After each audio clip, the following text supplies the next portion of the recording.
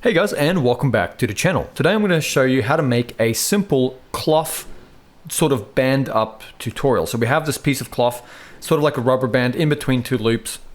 We make one of them spin and it kind of winds it up. Now this is a fantastic beginner tutorial and it's something really simple that you can make as your first sort of simulation. I will be uploading the final blend file to my Patreon, but if you're not on the Patreon, it doesn't matter because you can still follow this.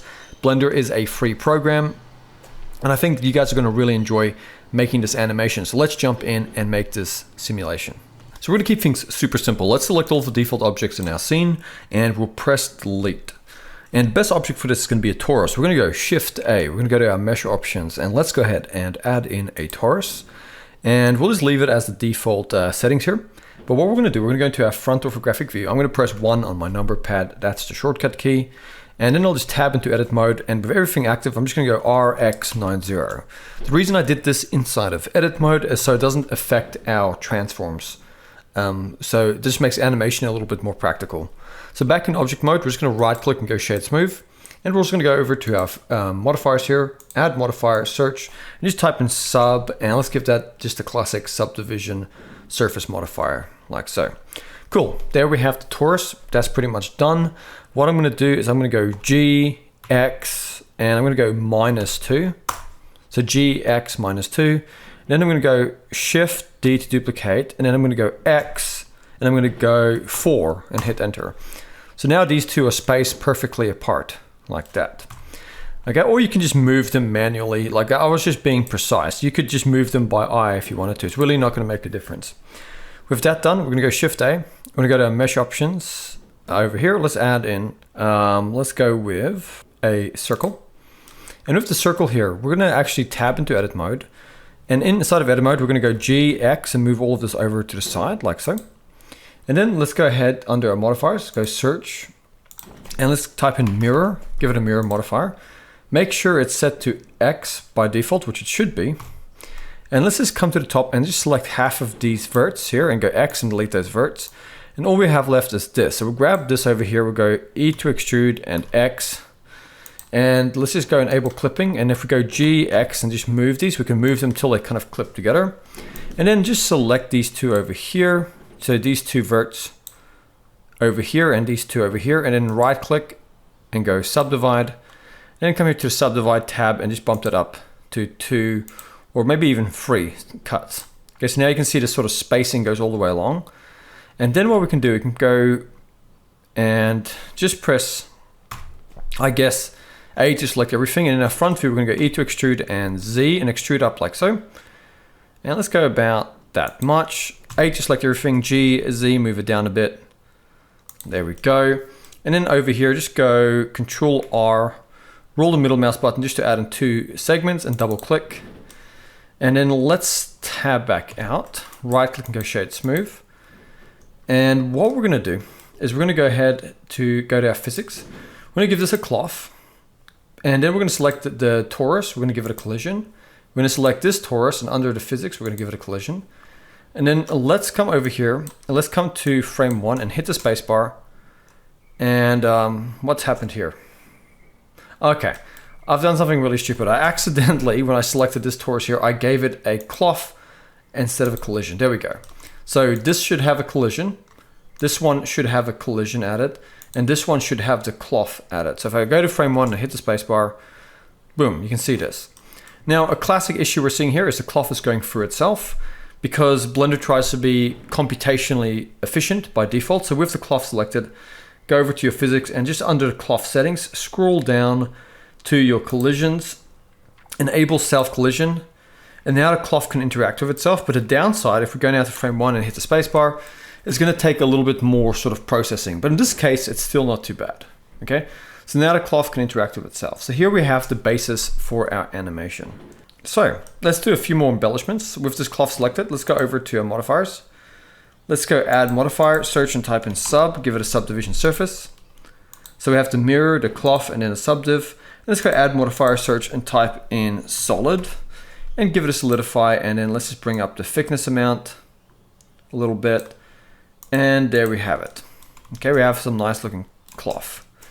So now the thing is to do some animation. So let's select this torus over here. And for now, let's just select our cloth. We'll come over to our modifier stack and just turn off the cloth for the viewport. Let's select this torus over here. And let's come over to frame. I'll say to frame 24. And on frame 24, let's just go over and press N over here to bring up our properties. Let's go over to item. And let's come here to rotation, and hovering over this rotation, let's hit I to insert a keyframe. Let's come over to frame, I'd say frame 108. And then let's go ahead and take the X here, and let's give it a value of 1200. Hovering over there, and at frame 108, let's just hover over here and press I to insert a keyframe. So if we go to frame 1 and hit the spacebar, you're going to see from there on it starts turning like this. Okay, and then we want to go back to where it was. So what we'll do is, with it still selected, let's select the first keyframe here. It's still active, and we're going to come over here and go Shift D to duplicate and drag that guy to 180. So if we go to frame 1 and we hit the spacebar, we should see this. And then it winds back.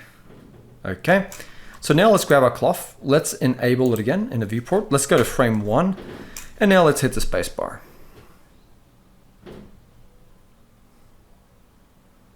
There we go.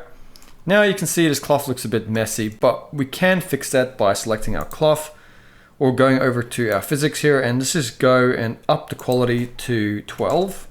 And also under the, if we go down to the self collision, or up here, just the collisions, we can make that a quality of 12 as well. Let's go to frame 1, quickly hit the spacebar, and hopefully that will be cleaner. And you can see, indeed, it is much cleaner. So what we'll do, we'll actually go over to our modifiers, add modifier, search, and type in sub. Let's just give it one more subdiv on top of that to really clean it up. And now you can see that is looking beautiful. And you can see we have a little bit of a collision distance here. We can set the collision distance down, or we can just go to our solidify and just invert this over here to thickness and bring it in like so. And now that really cleans things up for us. Okay, so there we have it. In our front view, we're going to go Shift A. We're going to just add in a camera, and you can just move the camera back like so. Then press 0 to go into your camera view. I'm going to go something like this. Then I'm going to go Shift A. I'm going to go to my mesh options, add in a plane, RX90, hit enter. And then I'm going to go S to scale it up. Click SX, scale it along here like so. Click. Tab into edit mode, and then come over here and go Control R, double click to add in a segment like so, and then go Control B just to bevel it, and then roll your middle mouse button to add in a whole bunch of segments. I'm going to go about this many and click. Change this to your edge select option, and then you can go Control B just to create a bevel, and you're going to roll down the segments just so you have one segment, and then click. And then go Control minus just to shrink that, and then go G, Y, and just kind of move that back and click, and then go Control B just to bevel, rolling the middle mouse button like so a few times and click. Then tab back out, G, Y, move it back and click, and then you can scale it up a little bit in the viewport. Now this is just sort of like an optional background. You can right click and go Shade Smooth. And now we can go over to our render engine, change it from EV to cycles. If you have a GPU, I always recommend you use it. And then go over to your render max samples, and let's change that to 45. Shift A, go to your light options, add in an area light, and then go G, Z, move it up. And then go over to your light properties, and let's give it a power of 350. Increase the size a little bit. And I'm going to go ahead and Shift D to duplicate. I have this guy kind of coming from behind here. Shift D to duplicate, have another one coming from underneath here, like so. And then Shift D to duplicate one kind of coming from the side, and Shift D to duplicate one coming from the side, like so. Just rotating it. And now if we go Z and we go rendered, and we go into camera view, you can see we have some nice backlighting, like so. But what we can do is we can also grab this light if you want to, and you can just go Shift D, duplicate it, and have one kind of coming from the front, just to fill that in a little bit. Now it's looking beautifully lit. So we can select the actual background. We can go over to our material properties, go new, and under the base color, I'm gonna make this sort of like a nice yellow and bring up the value. Then I'm gonna select this band and I'm gonna go new, and I'm gonna make that band a nice sort of blue color. And then I'm gonna select the rings here,